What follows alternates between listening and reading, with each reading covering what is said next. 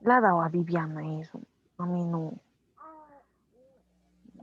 Sí, yo quería la primera, Viviana y yo. Así he dicho, va a leer eso. Bien, vamos a leer el aprendizaje por reforzamiento y Ya, ya, luego, las dos, las dos, las dos. por favor, bajen su audio. Ok. Ahora, aprendizaje por reforzamiento. ¿Qué es un aprendizaje por reforzamiento? O sea, cuando se va reforzando, ¿no?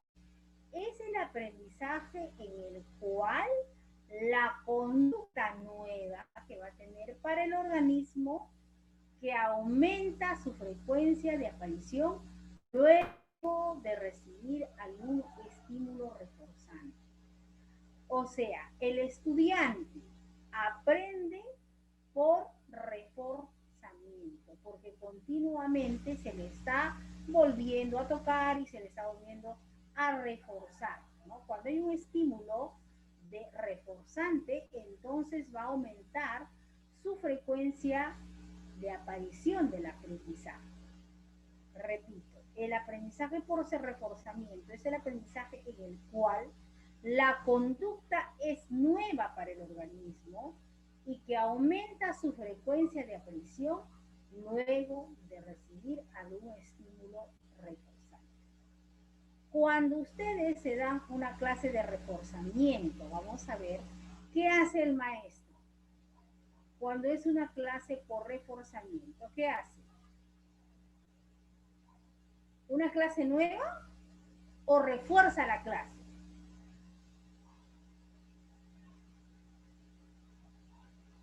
¿Me escuchan? ¿Se me escucha? Sí, maestra. Ya, entonces estamos acá. Les estoy preguntando qué entienden por aprendizaje por reforzamiento. Yo les voy a poner un ejemplo y luego ustedes otro ejemplo. Vamos a suponer que la maestra y les enseñó la suma, la resta de números. Suma y resta. Y luego ella agarra y le deja una tarea para la casa de lo que se ha avanzado. Entonces, incluso antes de dejarla, les pregunta, ¿entendieron? ¿De qué trata? ¿Qué es lo que tienen que hacer? Entonces, la maestra está reforzando, reforzando.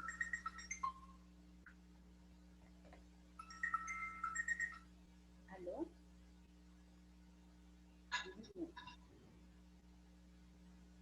Sí, no, yo estoy sola. Se ha ido a... Ha salido un gato.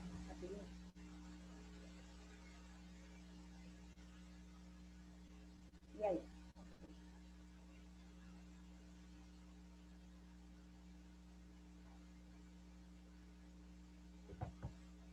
¿Me escuchan? ¿Se me escucha? Sí, Sí, pero maestra. sí, Ok, maestra, yo recién porque se me fue el internet, ok, ya. Estábamos nuevamente he hablando entrado. sobre el aprendizaje por reforzamiento. O sea, hay un aprendizaje cuando se le va reforzando, se le va aumentando su frecuencia de aparición. ¿Qué quiere decir? Por ejemplo, yo te enseño ahorita, vamos a ver en el caso mío, hemos hablado sobre los aportes de la psicología educativa. Entonces yo digo, bien, estudiantes, hemos hablado sobre los métodos que te da la psicología educativa para que puedas enseñar método analítico, método sintético, por ahí dice, profesor, el método de la observación también se utiliza. Entonces estoy reforzando la sesión pasada. Y ese es un aprendizaje por reforzamiento, porque estoy volviendo a aumentar su frecuencia de aparición. La estoy apareciendo, está apareciendo este nuevo aprendizaje en esta sesión y ya se tenía la otra sesión. Entonces, ese es un aprendizaje por reforzamiento. ¿Creen ustedes que se da o no se da el aprendizaje por reforzamiento? ¿Sí o no? Sí se da, maestra, A porque ver, dame un ejemplo. es muy importante el reforzamiento, este aprendizaje de reforzamiento, porque a veces el alumno necesita ese tipo de reforzamiento cuando a veces hay aspectos o conceptos que no entienda. En mi caso, yo siempre me gusta dar lo que es la parte de reforzamiento, cuando termino y cuando inicio nuevamente las clases del siguiente día, ¿no? Entonces ahí yo lo que hago es reforzar lo que me han entendido el día de ayer, a ver quiénes han entendido. Tales, dice, pero uno de los alumnos me podría decir, sabe, profesora, yo no lo he entendido mucho, pero eso es que yo no lo hice bien o no sé cómo estará. Entonces trato de reforzar lo que no me han entendido o darles a todos, ¿no? Ese aprendizaje para que nuevamente ellos y en clase lo vuelvan a hacer nuevamente. Ese es lo que yo hago con mis alumnos, el reforzamiento. Ok, muy bien. Ahora vamos a ver el aprendizaje por evitación, ¿ya? Es el aprendizaje, dice, donde el organismo adquiere una conducta nueva que termina o impide la aplicación de algún estímulo aversivo, o sea, algún estímulo desagradable, y aumenta la frecuencia de aparición de esa conducta para que no regrese. Es un aprendizaje por evitación, ¿ya? Entonces, es el aprendizaje donde el organismo adquiere una conducta nueva que termina o impide la aplicación de algún estímulo aversivo, algún estímulo desagradable.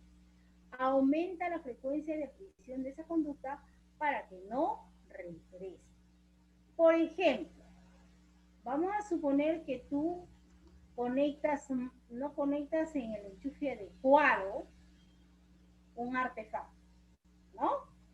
Entonces tú ves que hay un cortocircuito. ¿Tú lo vas a volver a hacer?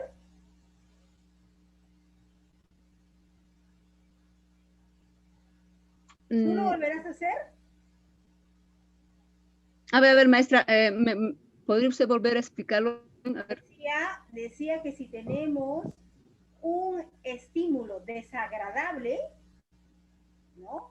Entonces va a aumentar la frecuencia de aparición de esa conducta para que no regrese, o sea, ya no va a volver a regresar porque ha habido un estímulo desagradable. Por ejemplo, vamos a suponer, en el caso del niño, por ejemplo, el niño, por ejemplo, no mide y de pronto mete su dedito, vamos a suponer, a un enchufe y de pronto siente un dolor. ¿El niño volverá a meter su dedito al enchufe? No, maestra, no va a poder poner. Ha aumentado la frecuencia de aparición de esa conducta, ¿no? Y ahora va esa frecuencia que aparezca esa conducta para que no regrese ese estímulo, ¿no? O sea, ya no va a regresar ese estímulo. El niño va a aprender, pues, va a tener cuidado ahora al momento en que va a introducir su dedito. Ya no lo va a introducir porque ha tenido un aprendizaje. Ese es aprendizaje por evitación. ¿No? A ver, un ejemplo de ustedes, un aprendizaje por evitación, ¿cuál sería? A ver.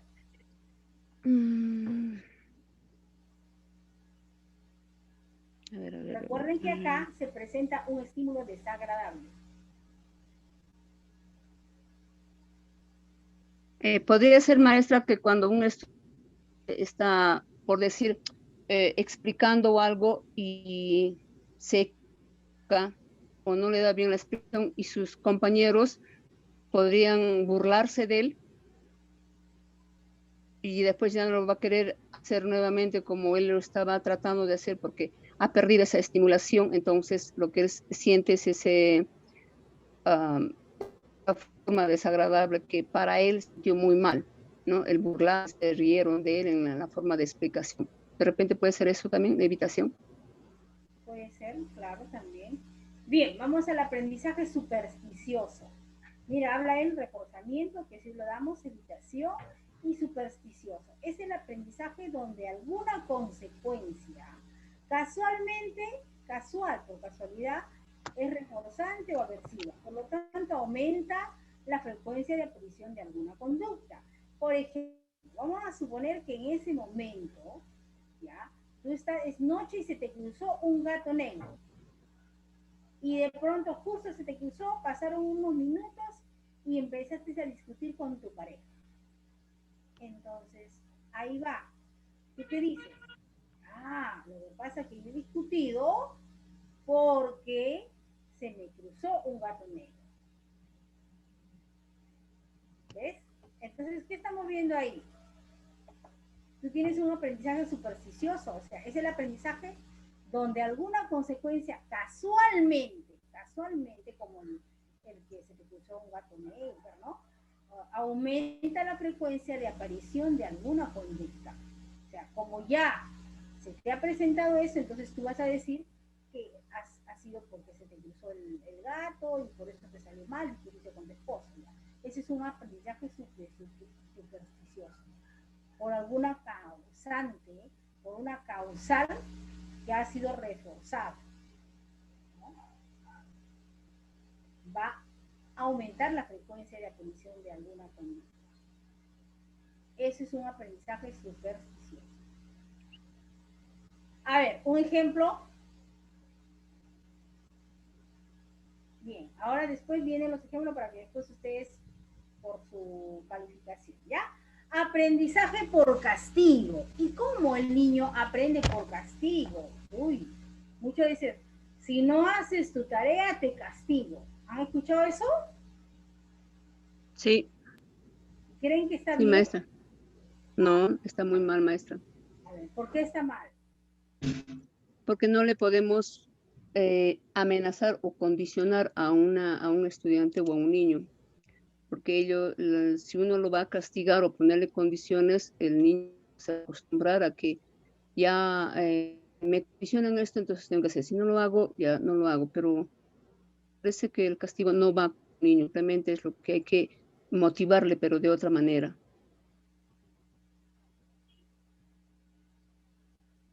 Tienes razón, es un aprendizaje por castigo. Y además no es bueno, porque tú estás relacionando tarea con castigo. ¿Cómo Sí, vas a relacionar tarea con castigo? La tarea debes como una parte reforzante, como algo que te va a ayudar, porque lo has encontrado entretenido, pero no, si no haces la tarea te castigo, ¿no? O si no me escuchas te castigo. Eso es un aprendizaje por miedo, por temor, ¿no?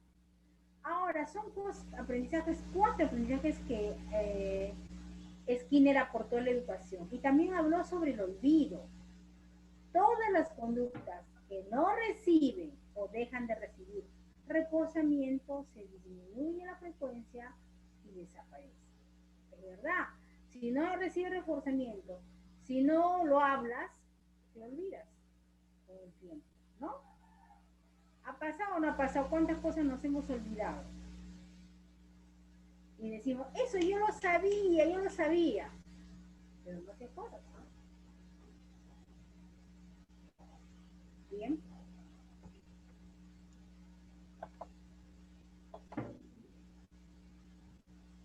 A ver, también vamos a ver, ya hemos visto sobre los planteamientos que ha dado a la educación Skinner. Ahora vamos a ver sobre Bandura. ¿Y qué cosa dice Bandura? El Bandura dice el aprendizaje social es la capacidad de aprender. O sea, que tú vas a aprender del entorno a través, por ejemplo, si tú tienes a tu mamá y sigues el modelo, a tu mamá recibes instrucciones directas de la mamá, entonces tú vas a recoger ese tipo de aprendizaje. Dice, él habla del aprendizaje social como la capacidad de aprender a través de un modelo, a través de la mamá, a través del papá, o instrucciones directas del sujeto. Eso plantea Bandura.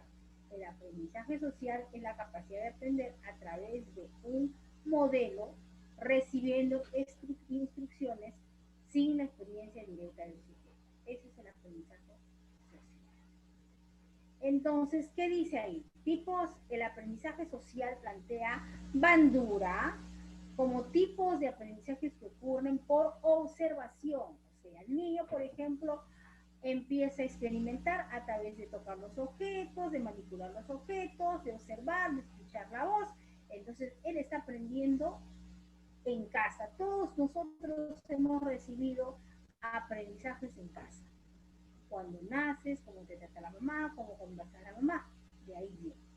Entonces, sí se da el aprendizaje social, porque el niño empieza a hablar con mayor todavía, se puede decir, fluidez, cuando el niño habla pues empieza a recibir un buen modelo, ¿no? Un buen modelo. Y en este caso, ¿quién es el modelo? ¿El papá o la mamá? Bien, acá vemos en el cuadrito, los aprendizajes ocurren por observación, ¿ok? Claro, porque el niño está observando a la mamá o está observando al papá. Entonces, ¿hay alguna asociación entre el estímulo y respuesta? El contenido del aprendizaje es cognitivo. Refuerzos que genera una conducta. Codifica internamente la conducta modelada. En otras palabras, está hablando Bandura de que la persona aprende cuando se encuentra en interrelación, cuando está en el mundo, está rodeado, pero no solamente rodeado, si es en el hogar, hay un modelo de papá, un modelo de mamá. Entonces, bajo ese modelo, entonces la persona va teniendo un aprendizaje. Ese aprendizaje es cognitivo y de alguna manera se va a necesitar de refuerzos que genera una conducta. ¿Qué va a pasar después? Se va a codificar internamente esa conducta modelada, esa conducta que has visto. A veces no ven que el papá hace una cosa, el hijo observa y después dice, mira, igualito su papá ha hecho, igualito sonreído, ha hecho ese gesto. ¿Han escuchado eso o no?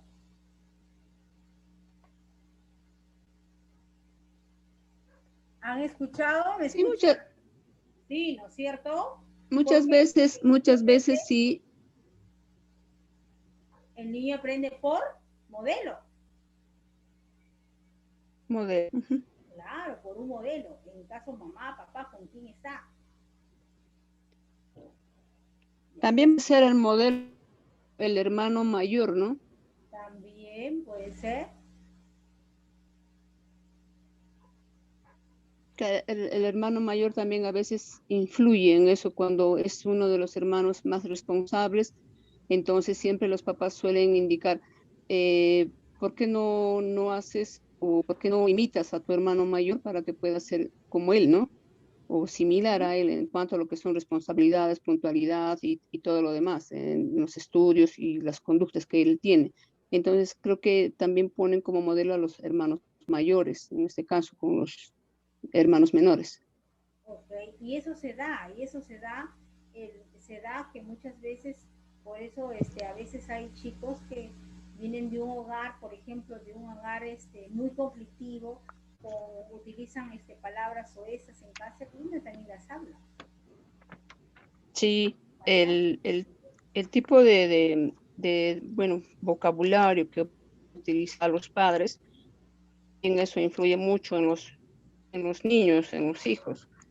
Como papá habla esas groserías, pues yo también voy a hablar, porque el niño piensa que es algo normal, ¿no?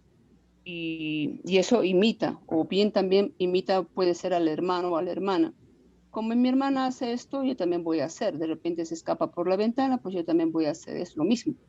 Entonces son imitaciones y las conductas que lleva como modelo de los hermanos, ¿no? O también los papás, porque muchas veces hay padres que sí suelen tener esas conductas negativas donde el niño imita, ¿no? Por ejemplo, yo vi en la televisión cómo el padre pegaba a la madre, que para el niño le era una cosa normal. Y él decía, si mi papá pega a mi mamá, entonces, y le gritaba, yo también lo hago lo mismo. Entonces el niño también empezaba a gritar. Le ordenaba a su madre como hace el papá. Entonces son cosas que imitan tanto como puede ser positivo como parte negativa. Entonces creo que en nuestra sociedad más influye en la parte negativa. Eso es verdad. Bien, como ya nos falta menos de un minuto, a las 3:50 ingresan, ¿ya? Son 3:40. 3:40, ya, maestro. 3:50, ¿ya? Ingresan. Ya, 3:50, maestro. Ok.